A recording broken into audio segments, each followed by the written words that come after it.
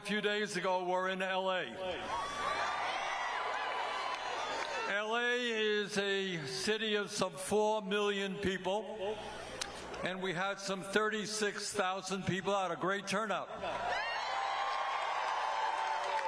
Folsom is a city of 85,000, and we have almost as many people here as we had in L.A.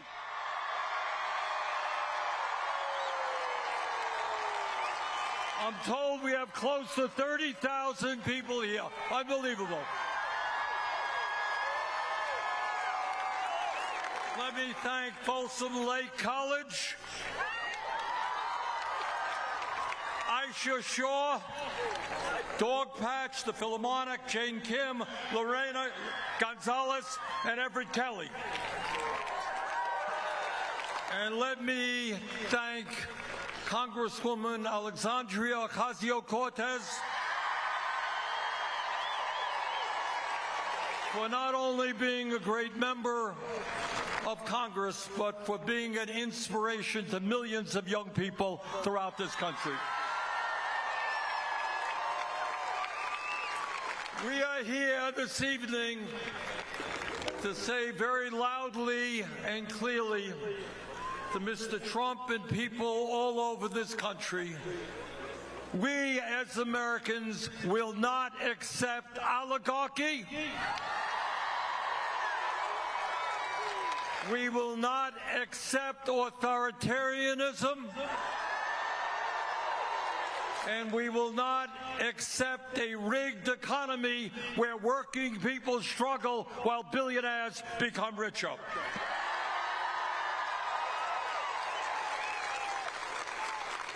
We will not accept a situation where, if you can believe it, one man, Elon Musk,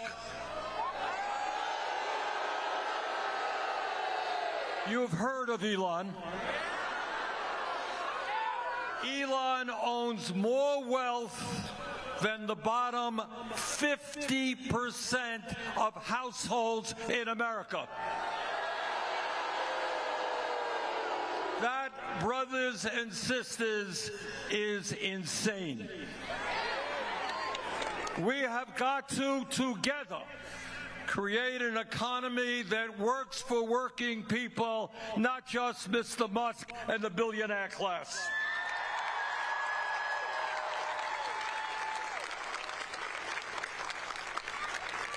And to make a bad situation even worse, at a time of unprecedented income and wealth inequality, never had more inequality ever in America than we have today, Mr. Musk and the Republicans in Congress are working on a reconciliation bill. And this is legislation that would give $1.1 trillion in tax breaks to the top 1%, and they pay for that by cutting Medicaid by $880 billion, cutting nutrition programs for hungry kids, and cutting affordable housing. Now, you've got a congressman here whose name is Kevin Kiley.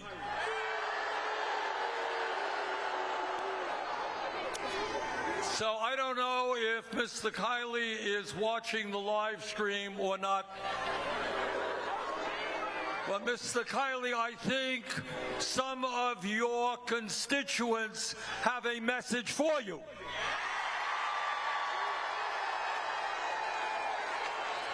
Don't vote to give tax breaks to billionaires and cut programs that the working class of this country desperately needs.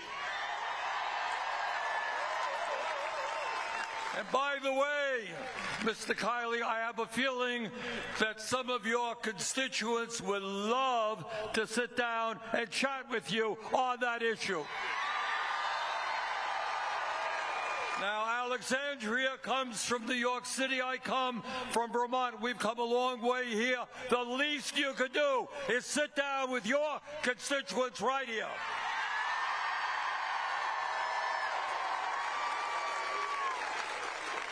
You know, as I observe what's going on in D.C., I think a little bit about American history. And I think about Abraham Lincoln at Gettysburg in 1863. And I think you all know this. Lincoln was there a few days after that horrific battle where 20,000 Union soldiers were killed or wounded in the fight to end the nightmare of slavery. And Lincoln looked out on the field just a few days after that carnage, and he said, you know what? Our vision of America is a government of the people, by the people, for the people.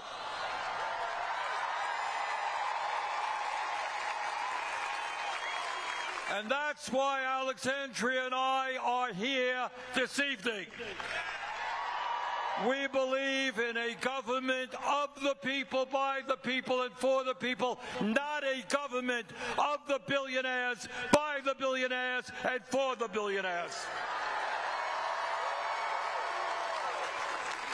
And when we talk about oligarchy, it's not just the incredible economic power that the billionaires have, which is unprecedented.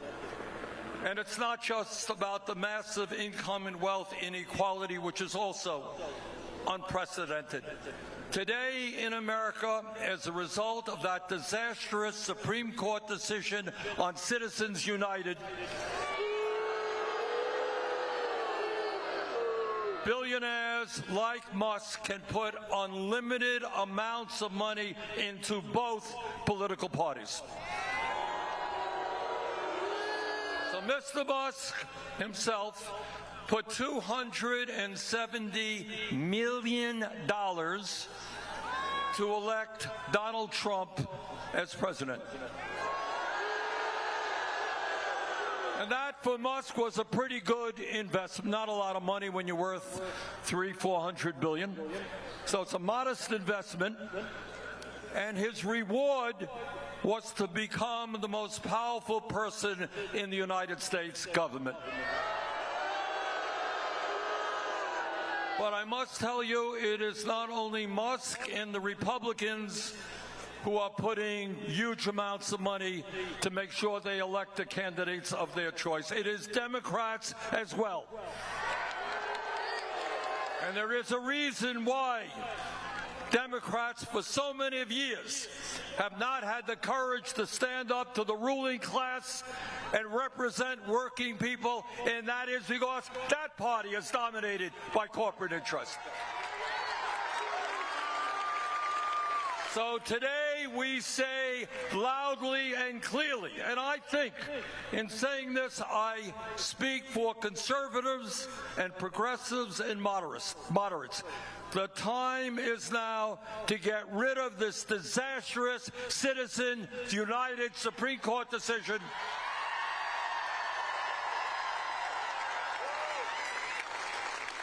And move to public funding of elections.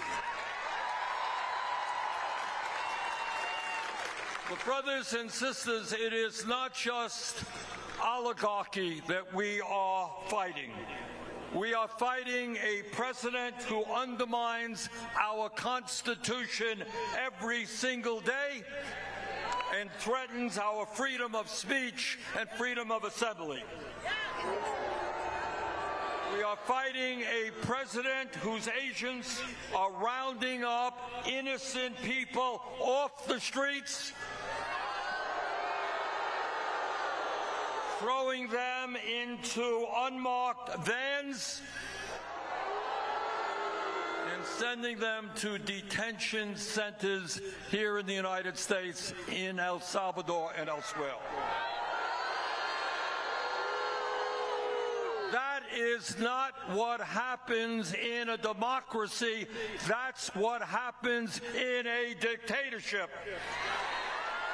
And together, we are not going to allow Donald Trump to create an authoritarian society.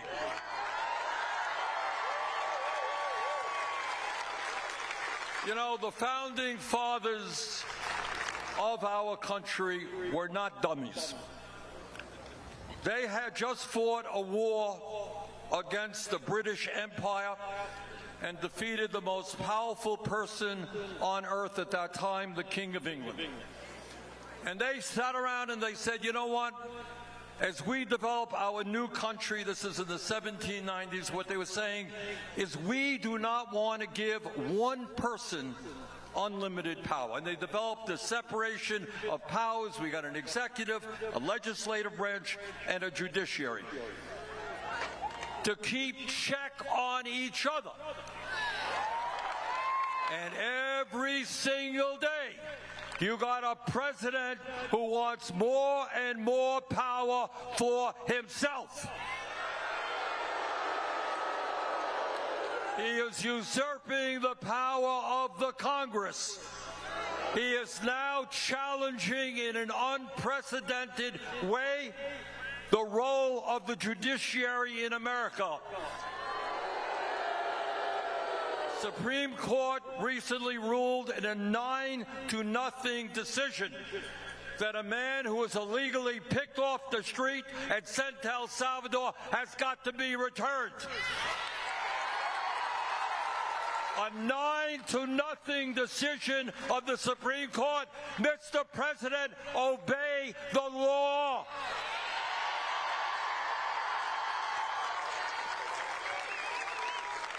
But it is not just Congress and the judiciary whose power he is trying to assume. It is the media as well. Apparently, he does not understand that in America we have freedom of speech. He has sued ABC, CBS, Meta, the Des Moines Register. His FCC is now investigating NPR and PBS. Just the other day, he said that CBS should lose its license. You know what they did? They ran a program which was critical of some of his policies. How terrible. And this is from a guy who has spent his entire political career attacking people, lying about people in the most vicious ways. So we say to Trump, if you can't take criticism, get out of politics.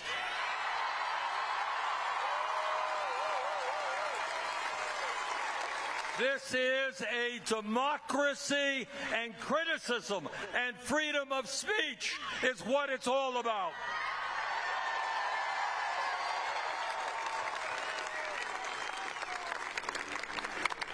Brothers and sisters, our job is not just right now to defeat the very dangerous situation inherent in Trumpism. We've got to fight them every single day.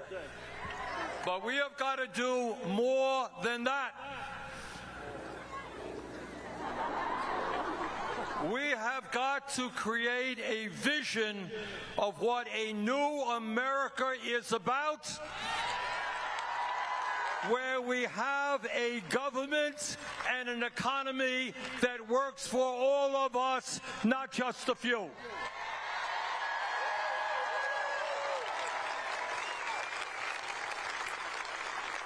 This is the wealthiest country in the history of the world. We should not have the highest rate of childhood poverty of almost any major country on earth. 0 through 4 are the most important years of human development. We should have the best child care system in the world, not a dysfunctional system. We should have the strongest public education system on earth. Do we have any teachers here? Thank you, teachers. And we want to make sure that our teachers are well paid and are respected. No teacher in America should start off at less than $60,000 a year.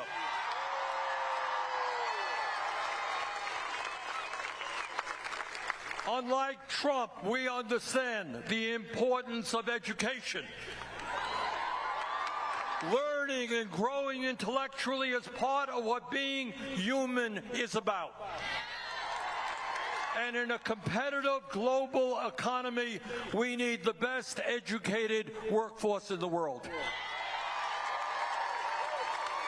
We need more doctors, we need more nurses, we need more dentists, we need more electricians, plumbers, sheet metal workers. Young people should not have to go deeply in debt to get the education they need.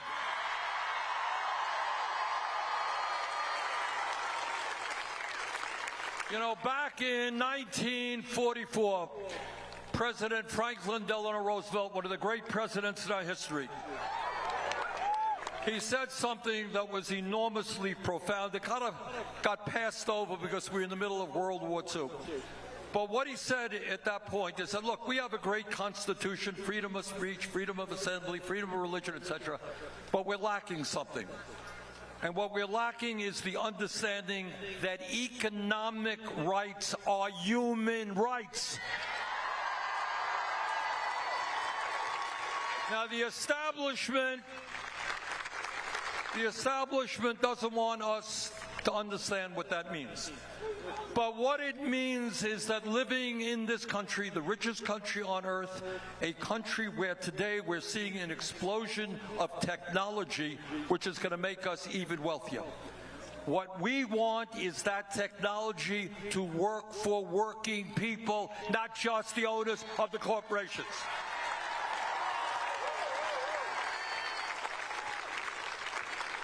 Brothers and sisters, it is not a radical idea. It really isn't. You know, the establishment and the moneyed interests will tell you, oh, this is a terrible idea.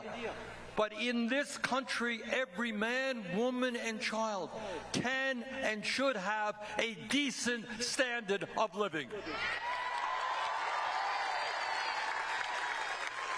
We should not have. What a disgrace. In L.A., here, in Burlington, Vermont, we got together as a nation, 800,000 people sleeping out on the streets of America.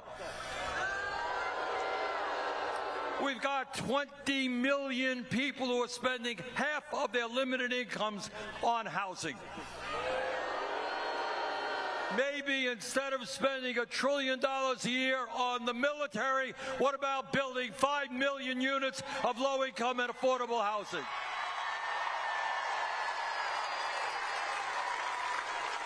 If you can believe it, and it's true, over the last 52 years, the average American worker today, in inflation accounted for dollars, is earning less than he or she did back then. You got that? Think about all of the increase in worker productivity. They didn't have computers back there. They didn't have cell phones.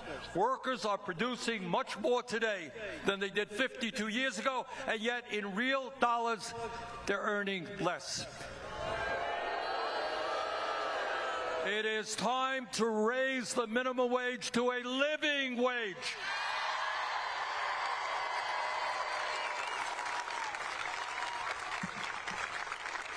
And brothers and sisters, it is the trade union movement in America that has developed and created the middle class. And millions of workers all over America want to join unions. We got some trade unionists here tonight. Thank you. They want to join unions, but they're unable to do so because the employers use illegal tactics to prevent them from organizing. And that is why we're going to pass what's called the PRO Act to make sure that every worker in America will be able to join a union.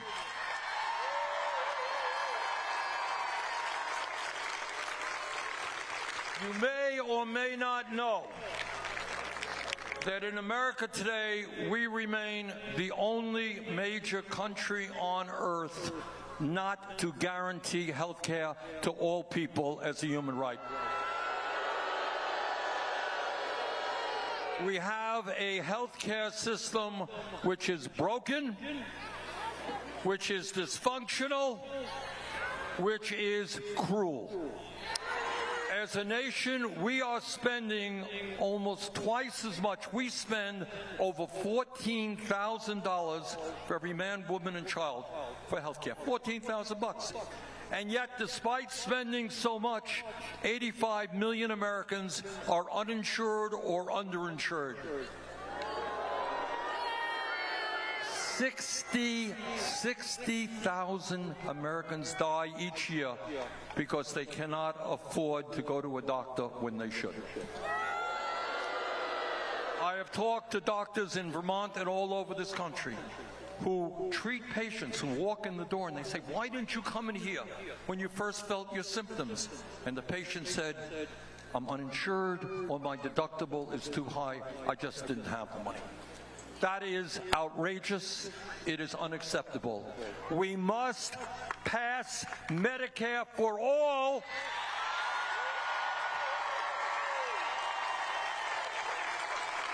and guarantee health care to every man, woman, and child.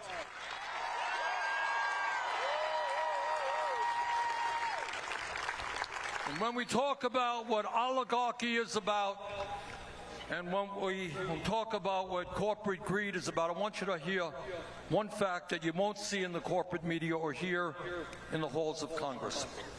Right now, as a nation, our life expectancy, how long we live, is about 4 years less than other major countries. That's pretty bad. Do you know what's even worse?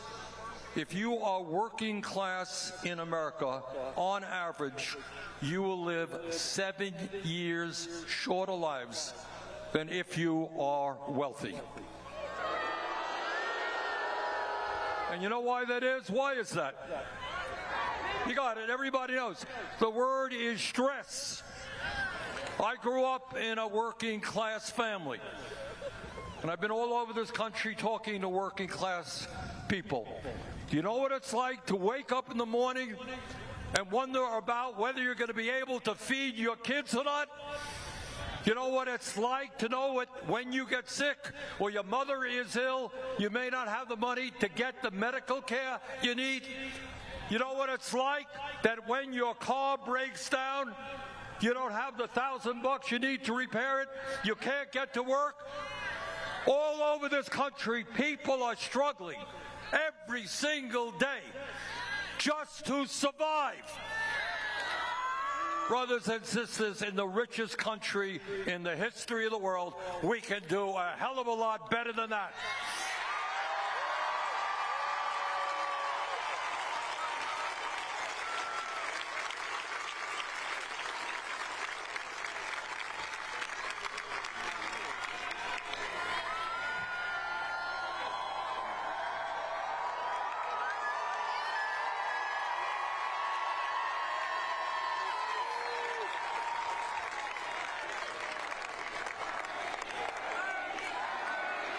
Thank you. But in truth, it is not Bernie. It is you. And that's not rhetoric. If we are going to defeat Trumpism, if we're going to create the kind of nation that we know we can become, it's going to take millions and millions of working people standing up together. educating, organizing, knocking on doors, forming unions. We can do it. Now, what the ruling class of this country does, and they do it brilliantly, I must confess, what they do is essentially tell you, you are powerless. Ain't nothing you can do, because we, the oligarchs, we got all the money, we got all the power, we own the media, we own the Congress. Ain't nothing you can do about it. Well, we are here this evening to tell them, hey guys, you got it wrong.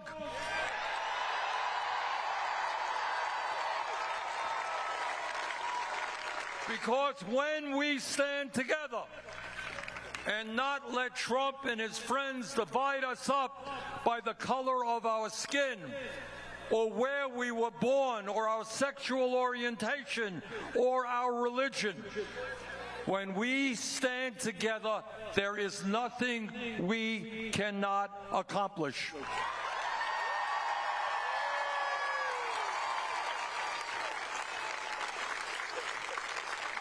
So in this pivotal moment in American history, what I have discovered, as Alexandria and I go all over this country, we are seeing unbelievable turnouts. We were in Idaho.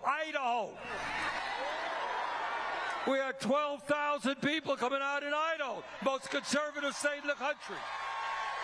We had 20,000 people in Salt Lake City, a Republican state. And I think what the American people, Republicans, Independents, Democrats are saying, sorry, Mr. Trump, we don't want your oligarchy. Sorry, Mr. Trump, too many men and women have fought and died to defend democracy. You're not going to take us into authoritarianism.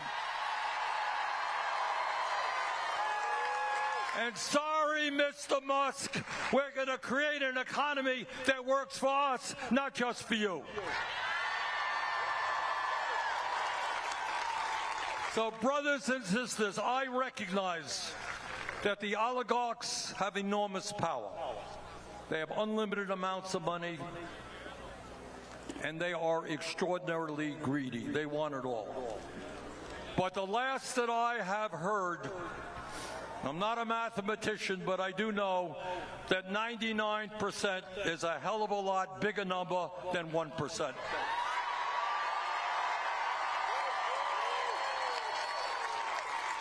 So let us stand together. Let us defeat Trumpism. Let us create the kind of America we know we can become. Thank you very much.